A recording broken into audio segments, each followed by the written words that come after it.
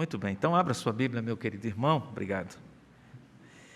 Na primeira carta do apóstolo Paulo a Timóteo, ao jovem pastor Timóteo, capítulo 4. Timóteo, capítulo 4.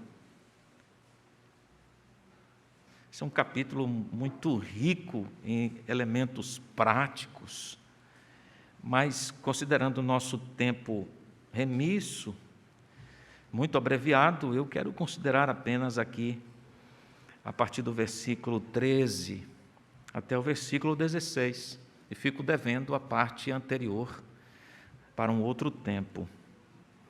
Pensando na ideia aqui de cuidados para viver, acho que eu posso tirar essa máscara. Nós vamos ler o texto bíblico, primeiramente, e depois explicá-lo. Capítulo 4 da primeira carta do apóstolo Paulo a Timóteo, versículo 13 ao 16. Até a minha chegada, aplica-te à leitura, à exortação, ao ensino. Não te faças negligente para com o dom que há em ti, o qual te foi concedido mediante profecia, com a imposição das mãos do presbitério. Medita estas coisas e nelas sê diligente, para que o teu progresso a todos seja manifesto. Tem cuidado de ti mesmo e da doutrina.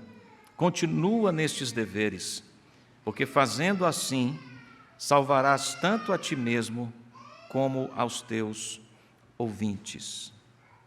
A nossa lida como igreja do Senhor Jesus, todos nós estamos envolvidos com um tipo de trabalho que excede o objeto material, um elemento administrativo, pura e simplesmente. O tipo de trabalho que realizamos, todos nós envolvidos com a Igreja de Cristo, tem a ver com pessoas. Nós estamos envolvidos com pessoas. Pessoas são mais importantes do que coisas. Mas trabalhar com pessoas, com almas, representa uma tarefa muito difícil, talvez a mais difícil de todas, no âmbito de interação. Na verdade, é algo tão complexo que vai além do que se pode calcular, desafia análises, como se fosse um tempo e uma oportunidade marcada por enfrentamentos de crises existenciais, impulsos incontáveis, lidar com paixões e emoções. Que complexidade, que complexidade. Deus nos confiou esta missão valorosa para atrair pessoas ao reconhecimento de sua glória. E nós temos alvos, temos sonhos, temos desafios, e todos estes visam pessoas rendidas aos pés do Senhor Jesus.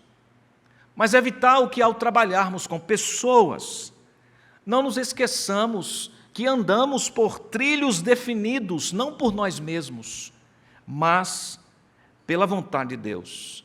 Não pela cultura, mas pela vontade revelada na palavra de Deus. E esta palavra nos ordena cuidado inteiro para com as pessoas. O último texto lido, antes da leitura do texto base, da pregação dessa noite, o texto da segunda carta de João, a ordenança tão evidente ali ecoa no sentido de a comunidade vivendo a palavra na expressão andar, como um estilo de vida muito marcado pela revelação de quem aqueles irmãos, aquela igreja chamada no texto de Senhora eleita, vivia. Ou eles, irmãos, viviam. Esta palavra de Deus ordenando a vida toda. Então, no trato com as pessoas, nós precisamos da palavra para nos dirigir, nos ensinar, redarguir. O apóstolo Paulo escreve para um jovem pastor, que tinha também a tarefa de lidar com pessoas, em uma igreja muito desafiadora, que era a igreja de Éfeso. Paulo escreve para Timóteo, a fim de alertá-lo quanto aos perigos do ministério da palavra com as pessoas. O combate era intenso, sem tréguas. Falsos mestres ameaçavam o trabalho pastoral, ameaçavam desviar a igreja da verdade. Paulo escreve, então, para exortar Timóteo a seguir a verdade, permanecer firmemente nesta verdade e não na mentira. Alguns envolvidos pela mentira não suportariam mais a verdade. Paulo diz isso claramente aqui na carta a Timóteo. Alguns desejariam, como tendo ouvidos coçando, desejariam entregar-se à mentira, apostatariam da fé. Mas Timóteo e os verdadeiros crentes deveriam exercitar-se na doutrina, que é o mesmo que a piedade. O que é piedade? É o exercício da doutrina. E eu vou repetir essa expressão várias vezes nessa noite. Piedade é o exercício da doutrina. Por que isto deve ser sempre enfatizado, especialmente nos nossos dias? Porque chegamos a um ponto no qual a doutrina não é mais assunto discutido, nem até mesmo dentre os seguidores de Cristo. Parece ser algo desvencilhado da vida real. E a conotação mais intensa é de que o que conta no final das contas é a minha experiência pessoal. São as minhas experiências que demarcam a minha vida.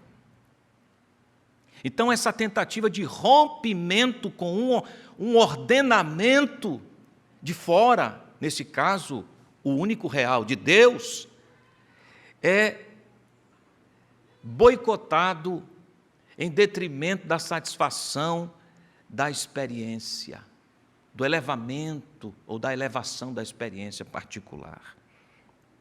Porém, uma experiência sem o embasamento da verdade é uma bomba relógio. Não nos serve.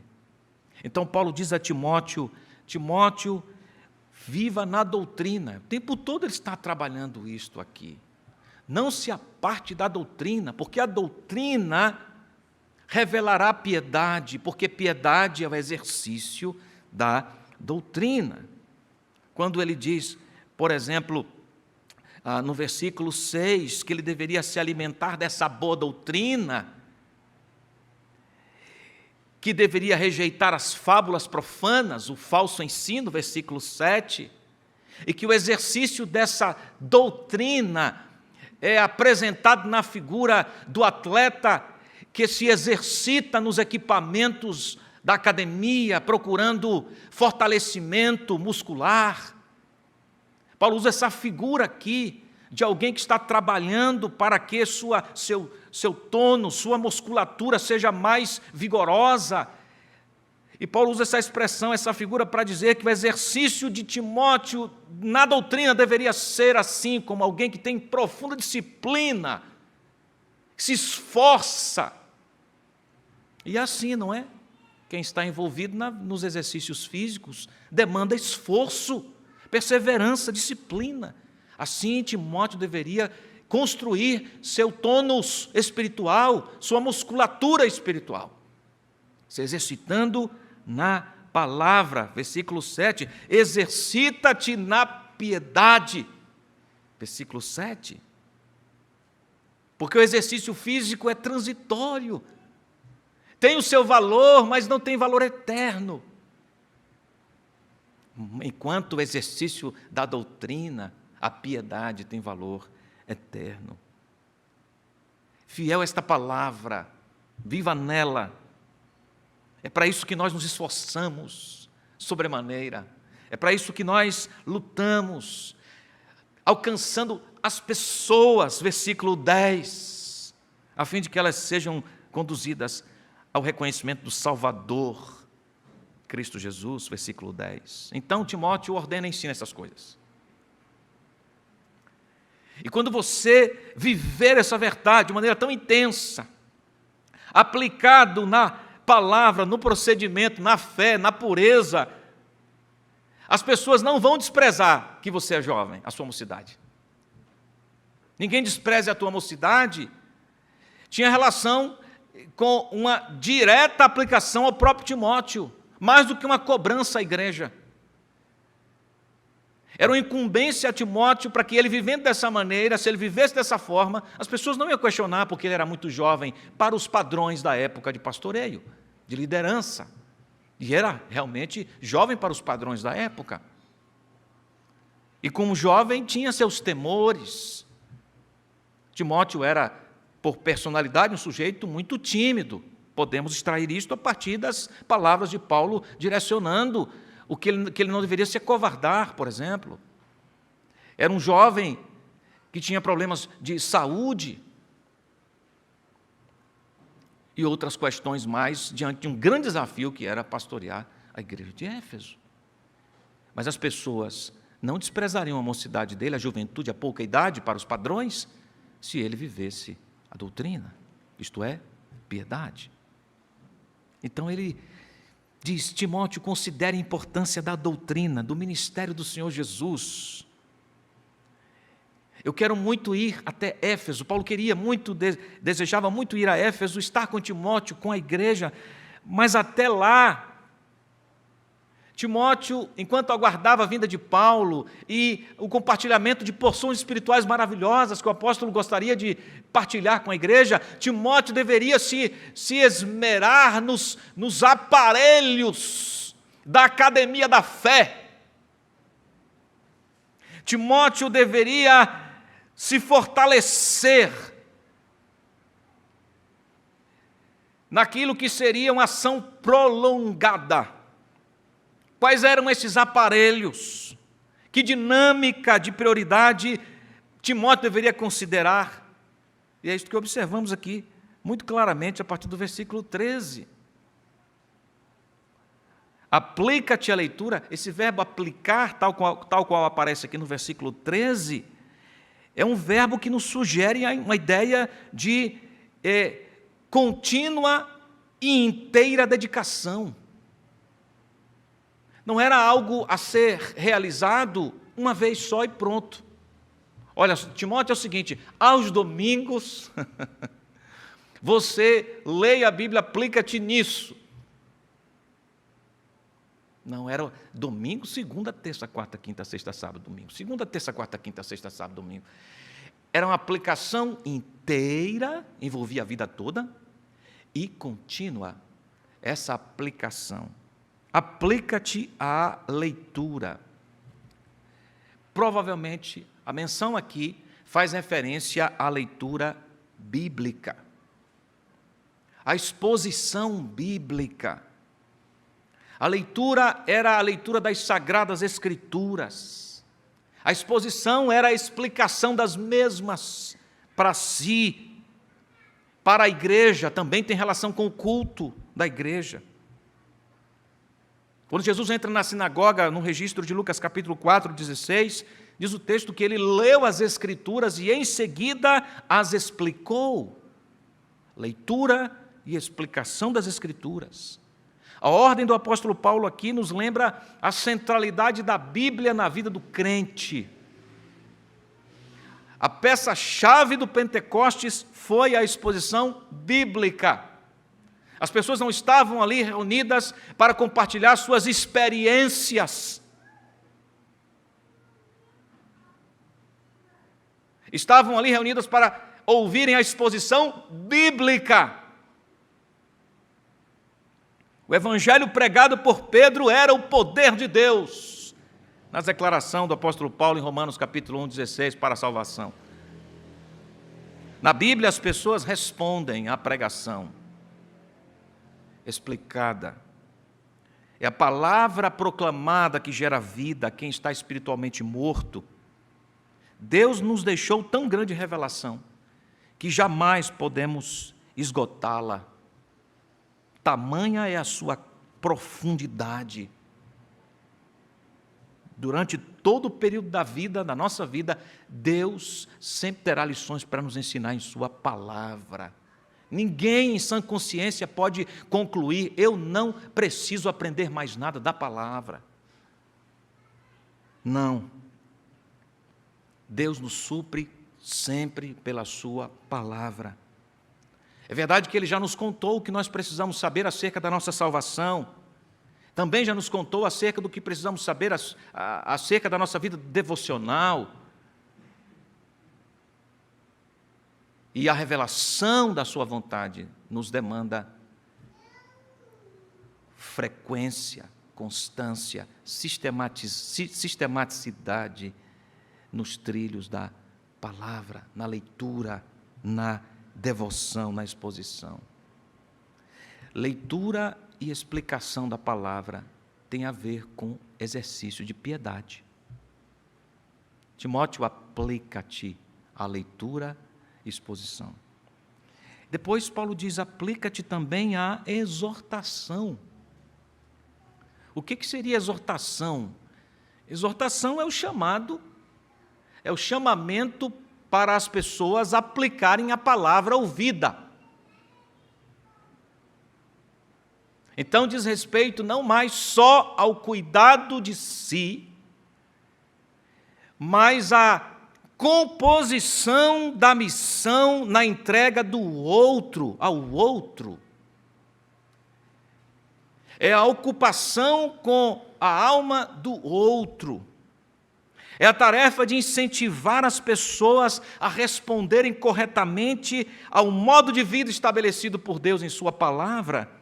É o apelo à consciência para que esta se renda à vontade de Deus expressa em sua palavra.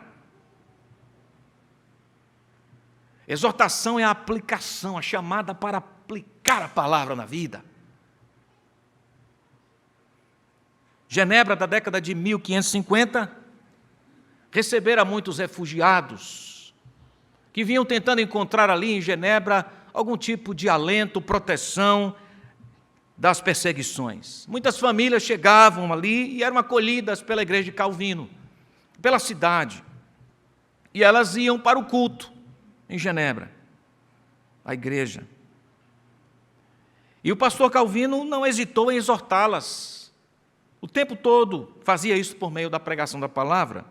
E utilizava o púlpito para mostrar a palavra de Deus às pessoas, palavra esta que deveria tramitar em todos os ordenamentos das pessoas, deveria conduzir a vida, promover transformações. Certa ocasião, considerando que muitas famílias que estavam chegando vinham completamente desestruturadas, desequilibradas, cheias de problemas, com uma estrutura ética e moral completamente confusa, elas chegavam para a igreja e ficavam por ali. Mas não se via transformação na vida dessas famílias. Então Calvino assumiu o púlpito uma vez e aplicou. Há famílias em que marido e mulher são como cão e gato. Isso é Calvino dizendo. Há alguns que tentam fortalecer sua própria importância e imitam os senhores sem razão, entregando-se à ostentação e aos excessos mundanos. Na igreja era uma coisa, fora da igreja outra coisa. Outros se tornam tão delicados que não sabem mais como trabalhar. Preguiçosos, estavam os preguiçosos aqui, chama ele de delicados. Que não sabem mais como trabalhar e não se contentam mais com comida nenhuma. Há algumas fofoqueiras e maledicentes que encontrariam algo a dizer contra o anjo do paraíso. Elas encontrariam defeito no anjo do paraíso, na língua delas. E apesar do fato de que estão repletas de vícios, querem usar toda a sua santidade para abençoar seus vizinhos. Olha o que Calvino está dizendo. Com a vida toda desordenada, eles querem dar lição de moral aos vizinhos. Contudo, conclui Calvino, parece a todos eles que Deus deve ficar satisfeito por terem feito uma viagem a Genebra, como se não tivesse sido melhor para eles permanecer em seu esterco do que cometer tais atos escandalosos na igreja de Deus. Calvino estava aplicando a palavra nas lidas diárias do povo de Deus. Exortação é isto, é a aplicação da palavra na nossa vida. Quando lemos a palavra de Deus, precisamos orar, pedindo ao Senhor iluminação e sabedoria para aplicar esta palavra em nossa vida. E naqueles rincões obscuros da nossa alma, que brilhe a luz de Cristo. Aquelas manias que nos atrapalham a carreira cristã, aqueles hábitos horrorosos. Quem sabe você que está aqui é viciado em pornografia, mas ama Jesus, mas está emaranhado, amarrado com esse tipo de hábito pecaminoso. A palavra de Deus precisa iluminar essa área da sua vida, transformar você. Peça a Deus sabedoria para isso, para que você apreenda a exortação e seja mudado pelo poder da palavra, do Espírito que age por meio da palavra. Mas Paulo diz ainda outra aplicação, outra ênfase na aplicação, ao ensino. Ao ensino. E ensino aqui é o processo sistemático de ensino mesmo. Em grupo ou individualmente. Há certos fatos com respeito à doutrina, com respeito ao aspecto moral, que devem ser ensinados. Em casa, você como pai de família, pastor de sua casa, precisa ensinar formalmente isto em sua casa. Ensinar a sua esposa. Aprendemos na igreja o ensino das doutrinas para vivermos bem. Por isso, participamos dos estudos, das dinâmicas da igreja, da dinâmica da igreja. E em todas as dinâmicas dessa igreja local, paira ensino. Não há desculpas para não aprender. Exceto se você está abarrotado de lixo em sua alma. Então não haverá disposição para aprender. Mas, Timóteo, você deve aplicar-se ao ensino. Quem afirma crer deve estabelecer essa crença com consciência em toda a sua vida, sabendo dar razões do que crê. Ensino ou doutrina são expressões sinônimas. O diferencial de uma vida pautada pelo ensino de Deus, pela palavra de Deus, alcança outras pessoas. Agora veja que interessante como essa mensagem deve ser proclamada reiteradamente nos dias de hoje.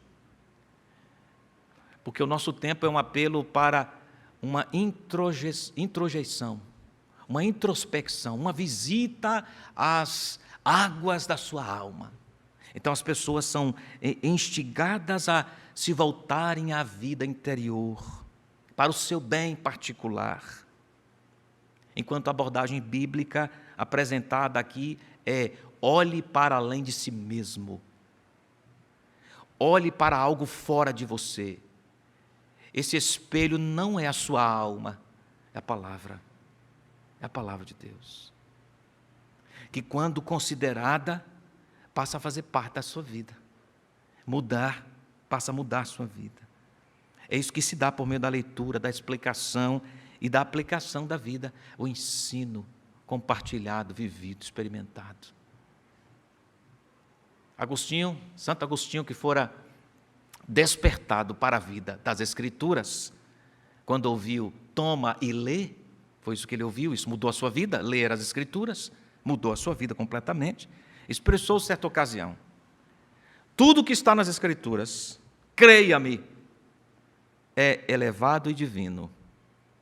Ela é a própria verdade e a doutrina mais adequada para revigorar e renovar a mente dos homens, e verdadeiramente tão suave que todos podem extrair dele aquilo que é suficiente para si, se a abordarem com mente piedosa e devota, como a verdadeira religião requer. Ao dirigir-se ao versado Jerônimo, Agostinho deu a chave: ame a Escritura e a sabedoria te amará. Ame a Escritura e a sabedoria te amará. Meus irmãos, Paulo convoca Timóteo para a aplicação. A leitura, a palavra, a aplicação da palavra na sua vida e no outro, e ao ensino como difusão da ordem de Deus, da vida de Deus para a sociedade, para a nossa vida.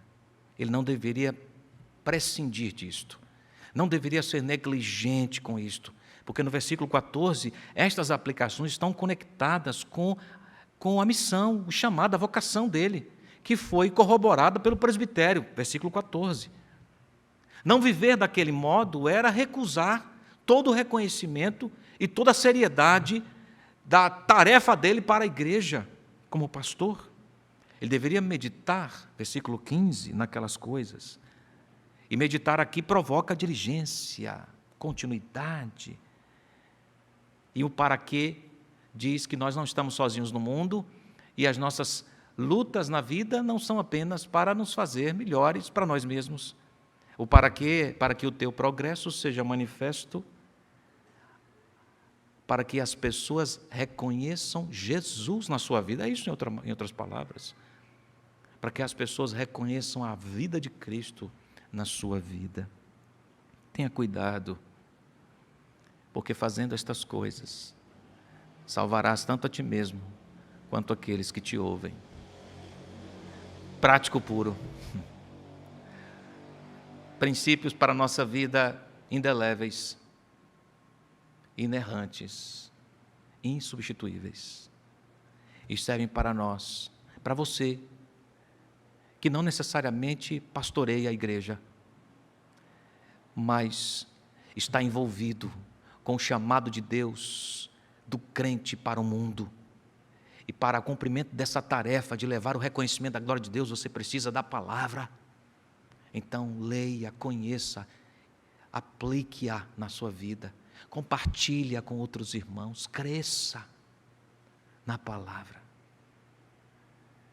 Nós ouvimos tanto a palavra que poderia parecer óbvio que todos nós sabemos ouvir a palavra. E não sei se isso é real na nossa vida. Eu não sei se nós sabemos ouvir a palavra. Mas eu sou chamado para o aprendizado, a ouvir a palavra de Deus. Ouvir a palavra de Deus significa sair daqui a pouquinho, daqui a alguns minutos, sabendo como é que eu vou aplicá-la na minha vida amanhã, na terça, na quarta, ainda que eu não tenha claramente a concretização da minha agenda, mas naquilo que planejei, eu já estou pensando como é que eu vou aplicar a palavra lá. Como é que eu vou fazer o nome de Deus ser reconhecido na minha pauta, na minha agenda semanal. Isso é saber ouvir a palavra. O que é que Deus quer mudar em mim hoje, que eu ouvi? Hoje estive aqui, dia 23 de janeiro de 2022. Estive na igreja presbiteriana Betel. O que é que Deus falou comigo que eu preciso mudar? Será que é a administração do tempo? Não sei o que foi que Deus falou com você. De maneira muito específica. Eu sei que Ele está chamando você a considerar a sua vida na palavra.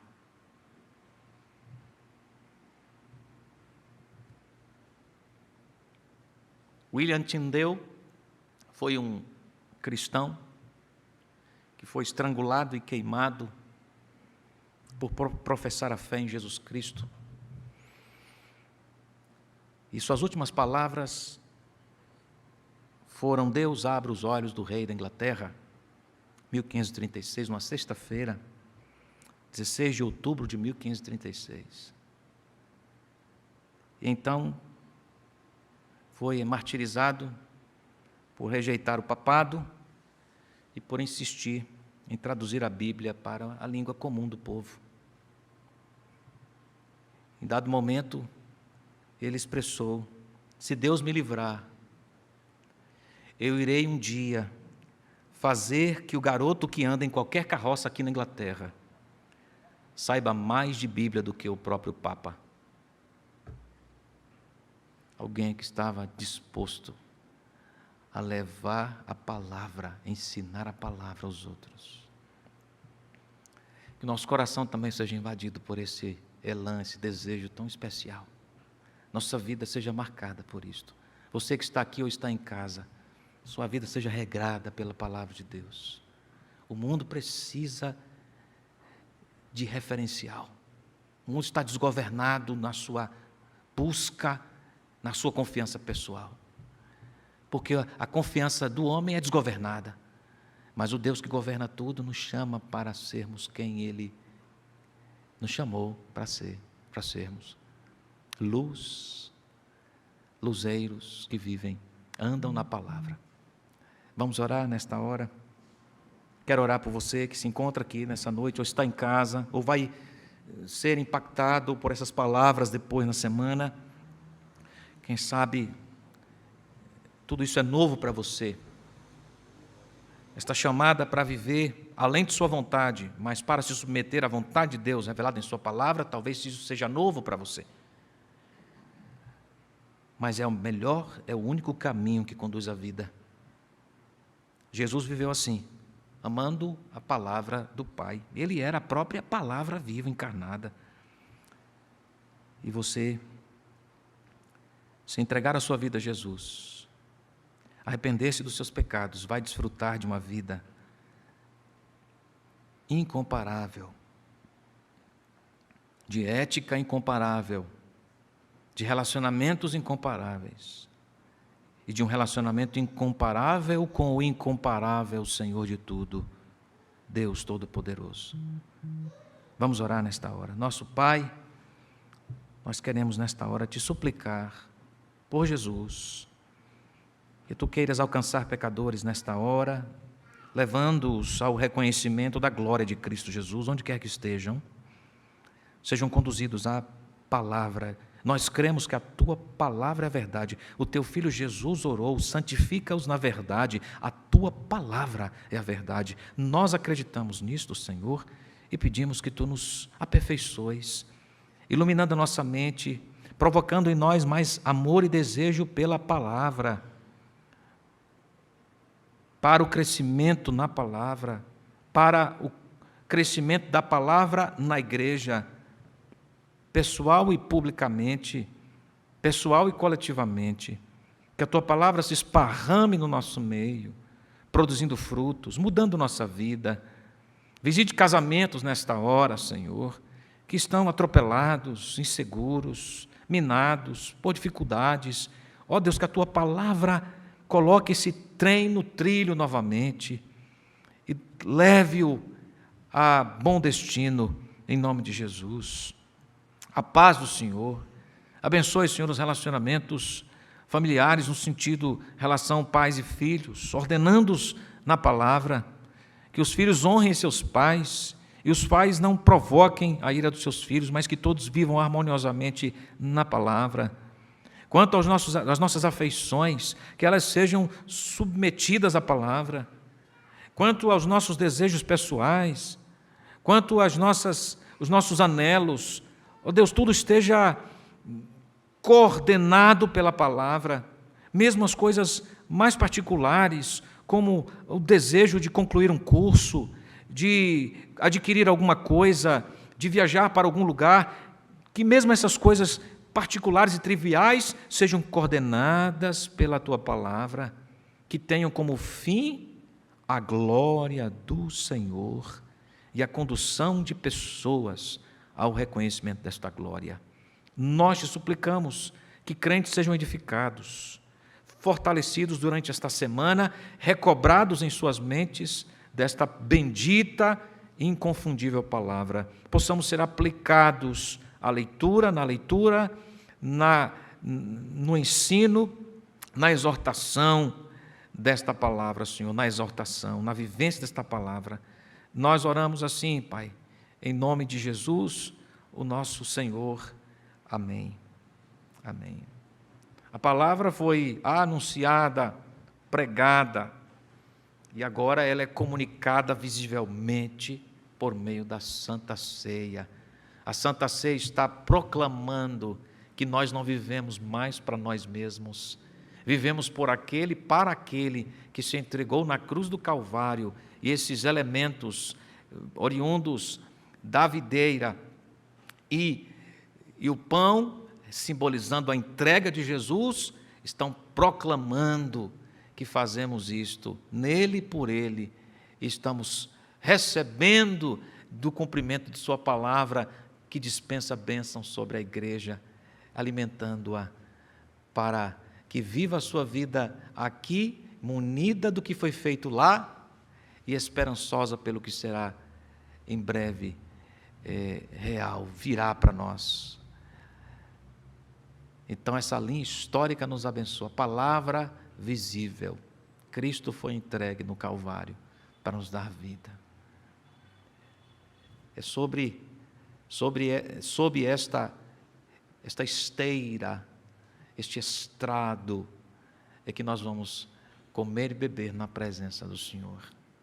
A comunhão dos crentes, o recobrar da esperança, tudo isso é comunicado por meio da ceia. Você que é membro de qualquer igreja reconhecidamente evangélica, nosso convidado para participar desse grande banquete da palavra visível, de Jesus alimentando a sua igreja, cumprindo a sua palavra. Vamos orar e consagrando esses elementos. Antes, porém, quero convidar os meus irmãos presbíteros para que venham à frente, bem como o diácono escalado para esse momento de serviço da igreja, e nós vamos servir a igreja, vamos comer juntos na presença do Rei Eterno Jesus, a palavra de Deus encarnada.